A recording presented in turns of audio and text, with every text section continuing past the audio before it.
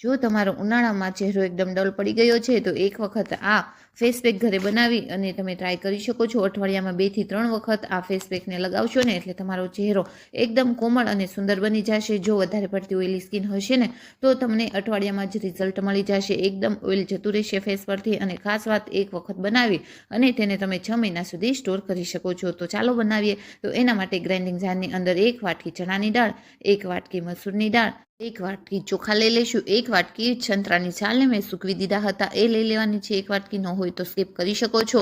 અને બધી જ વસ્તુને સારી એવી ક્રશ કરી લેવાની છે. એકદમ સારો એવો પાવડર બનાવી લઈશું. ત્યારબાદ આપણે આની અંદર 1 કોફીનું પેકેટ એડ કરી દેવાનું છે. અને 1 વાટકી, જે વાટકી આપણે સેટ કરી છે તેનાથી જ બધું માપ રાખવાનું છે. એટલે 1 વાટકી અહીંયા આપણે મુલતાની માટી, 1 ચમચી જેટલી હળદર નાખી ફરીથી આપણે ક્રશ કરી દઈશું, જેનાથી બધું જ મિશ્રણ સારું મિક્સ થઈ જાય. હવે આને તમારે સ્ટોર કરવા માટે કોઈ પણ એરટાઇટ કન્ટેનરમાં તમે ભરી 6 મહિના સુધી તેને સ્ટોર કરી શકો છો. આને આપણે ફ્રીજમાં રાખીને મૂકી દઈશું.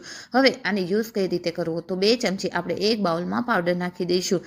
જો તમારે વધારે પડતી ઓઇલી સ્કિન હોય તો અહીં આપણે દહીં નાખવાનું છે અને 1 ચમચી મધ નાખશું, એટલે કે હની નાખી દઈશું. અને અડધો ફાડું લીંબુનું નાખી અને બધો જ રસ આની અંદર નાખી દઈશું.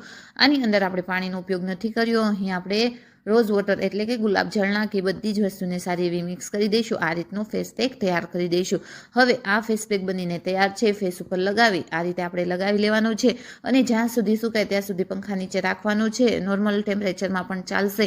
હવે એને આપણે આ રીતે રાખી સુકાઈ જાય એટલે આ રીતનું રબ કરી દેવાનું છે. તો આ વિડીયો તમને ગમ્યો હોય ને તો એક લાઇક અને સબસ્ક્રાઇબ કરવાનું ભૂલશો નહીં. જે કોઈને પણ આની જરૂર છે તેની સાથે ચોક્કસથી શેર કરજો. અને ચોક્કસથી આ ઉનાળામાં આ ફેસ પેક બનાવીને ટ્રાય કરશો ને એટલે તમારે ફેશિયલની પણ